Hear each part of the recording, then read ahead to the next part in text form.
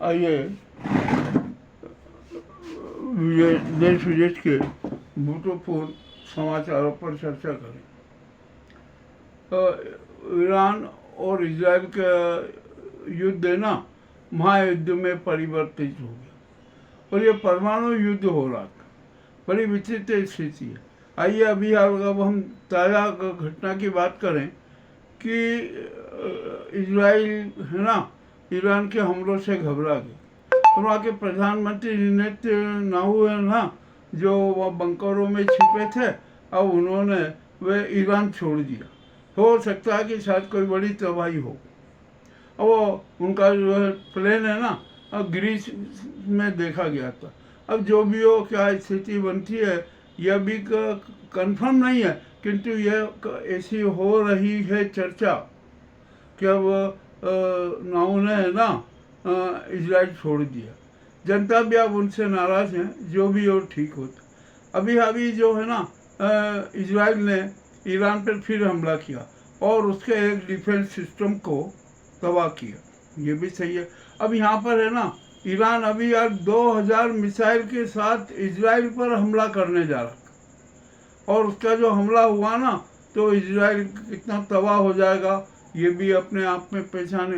हो सकता है 2000 में से अरे 20-25 मिसाइल भी वहाँ अपने टारगेट पे पहुँच गए ना, तो बड़ा वो होगा।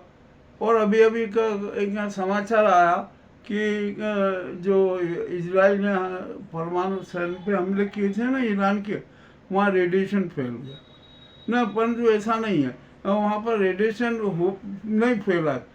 INAE ने है ना जो अपनी रिपोर्ट दे दी है कि अभी कोई रेडिएशन फैला नहीं है, ऐसी कोई संभावना भी नहीं है।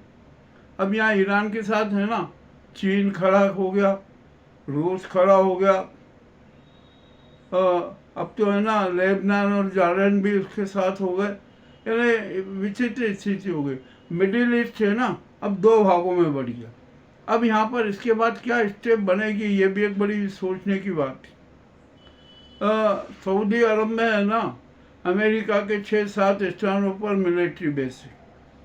अब जैसे इजराइल में ना वहाँ से भागे, इजराइल छोड़ के चल दिए और वहाँ पर भारी तबाही हुई, तो ये ईरान की जीत मानी जाएगी। और अपने ईरान है ना इस जीत के उन्माद में जो अमेरिका की जो कैंप है ना 6-7 सऊदी अरब में, वो उन पर भी हमला कर सकता। अब ये स्थिति और गंभीर होती जा रही है और ऐसी स्थिति में अमेरिका है ना अब इजराइल नहीं लड़ेगा, अमेरिका ईरान से युद्ध करेगा और ईरान भी चुप नहीं बैठेगा। उसने भी चुनौती दे दी है कि हम अमेरिका से भी निपटेंगे, यानी पृथ्वी पर है ना इस धरती पर महाविनाश होने का, यह मानव जीवन के लिए बड़े संकट की बात होने जा रही है। अब ये रूस और यूक्रेन का जो युद्ध चल रहा है ना, पुतिन को चाहिए कि अब वो सब बंद कर दे, बिल्कुल ही बंद कर दे। अब एक जो ईरान और इजराइल का जो युद्ध हो रहा है ना, उसमें उत्तरी कोरिया की बड़े मजे आ गए। किंग जॉन ने पता है क्या आदेश दिया, उन्होंने कहा कि मिसाइलों का उत्पादन बढ़ाइए, बारूदों का उत्पादन बढ़ाइए, दिन रात ज़्यादा से ज़्यादा कीजिए, ताकि उत्तरी कोरिया है ना ये बारूद और मिसाइलों की सप्लाई कर सके। वो किम जॉन है ना, किम, वो ईरान के पक्ष में। और यदि उन्होंने ईरान को है ना भयंकर घातक मिसाइल भेज दी ना, तो बड़ी मुश्किल हो जाएगी। अब इजराइल तो तबाह होने आ गया, ये भी एक बड़ी खराब बात हो गई है। अब यहाँ पर जो संयुक्त राष्ट्र संघ है ना, वो भी कुछ करने की स्थिति में नहीं है। वो सिर्फ मूक दर्शक बना हुआ है, खाली बातें कर लेते वहाँ हो जाते हैं, प्रस्ताव पारित हो जाते हैं और उसका कोई परिणाम नहीं आता। अब इजराइल और ईरान युद्ध में है ना पाकिस्तान के चेहरे से भी नकाब हटा। पाकिस्तान धन के लिए सब कुछ कर लेता है, उसका दोहरा और दोगला चरित्र उजागर हो गया। अब ईरान से यूँ तो दोस्ती बताता है, परंतु अमेरिका के पक्ष के उसमें हथियार का वो करता। और मुझे तो कहीं शंका है कहीं ऐसा ना हो कि पाकिस्तान है ना अमेरिका का सैन्य अड्डा बन जाए, क्योंकि यदि अमेरिका का सैन्य अड्डा बन गया ना, तो वहाँ पर ईरान पर हमला करने में बहुत आसानी हो जाएगी। अब देखते हैं क्या होता है क्या नहीं होता है। अब भारत की स्थिति बड़ी विचित्र हो गई है। अब ये है ना, इजराइल के बिल्कुल पक्ष में लग रहे थे ना, ये स्थिति खराब हो गई। और इसका प्रभाव है ना कश्मीर में पड़ेगा। कश्मीर में भी स्थिति बड़ी वैसी होती जा रही है। अब पूरे कश्मीर को है ना सेना के सुपुर्द करना पड़ा कि आप सुरक्षा कीजिए, ये कीजिए, कहीं कुछ नहीं हो, और स्थिति बड़ी हो गई। ईरान में भी है ना आपातकाल की घोषणा कर दी है, और इजराइल ने भी आपातकाल की घोषणा कर दी। दोनों देशों ने संकट काल की घोषणा कर दी। नुकसान दोनों तरफ से हो रहा है, बहुत ज़्यादा नुकसान हो रहा है, ये अति घातक है। अब यहाँ पर हम भारत की बात करें ना, तो ये अभी जो प्लेन है ना, अहमदाबाद में जो प्लेन क्रैश हुआ ना, उसमें दिवंगतों की संख्या 270 हो गई हुई। अब क्या कर सकते हैं, ये तो हो गया। और अमित शाह ने तो क्या किया, हम क्या करें, हम हाथ से रोक ही नहीं सकते। वाह भाई, बहुत अच्छा जवाब है आपका कि हाथ से रोकने, यानी कोई व्यवस्था सुधारने को कोई तैयार नहीं। और ये जो है ना जो प्लेन क्रैश हुआ है ना, उसमें कुछ अनेक रहस्य भी सामने आ रहे। नंबर एक तो जो जिसकी ऊंचाई पे जिस उड़ना था ना, वो वापस नीचे बैठ गया। उसका भी कारण क्या, अभी कुछ पता नहीं चला। उस प्लेन में भार कितना था, अभी इसका भी पता नहीं चला। और मज़ेदारी की बात तो ये है कि दोनों इंजन खराब हो गए। अरे बर्ड हीट एक में होती तो उसकी 25% क्षमता कम हो जाती, तो दूसरा इंजन को तो कोई बर्ड हर्ट हुआ नहीं, तो ये कैसे हो गया? कुछ भी नहीं हुआ है। इसका जो एक ब्लैक बॉक्स मिला है ना, उसमें एक विचित्र बात भी सामने आएगी, हो सकता है कि जो इसमें 1,23,000 लीटर फ्यूल भरा हुआ था प्लेन में लंदन जाने के लिए, ठीक है ना, वो भरा हुआ था। किंतु मज़ेदार बात ये सामने आई है कि फ्यूल सप्लाई का वाल्व है ना, वो बंद मिला। और बंद मिलने के कारण है ना इंजन ने जितनी भी थी वो, जब तक उसको फ्यूल था, जब तक उड़ा, बाद में जब फ्यूल की सप्लाई नहीं हुई तो वो नीचे आने लगा। यह अति रोचक मामला है।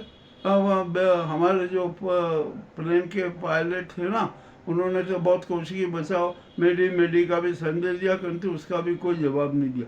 अब यह मामला है ना बहुत 8 एजेंसी जांच कर रही है। अब 8 एजेंसी की जांच की क्या रिपोर्ट आएगी, क्या होगा, ये सब देखेंगे, बाद में बताएंगे। अभी तो हमने आपके सामने जो तथ्य प्रस्तुत किए हैं ना, ये जो अति रोचक समाचार हैं, ये घातक हैं, मानव समाज के लिए दुखदायी हैं।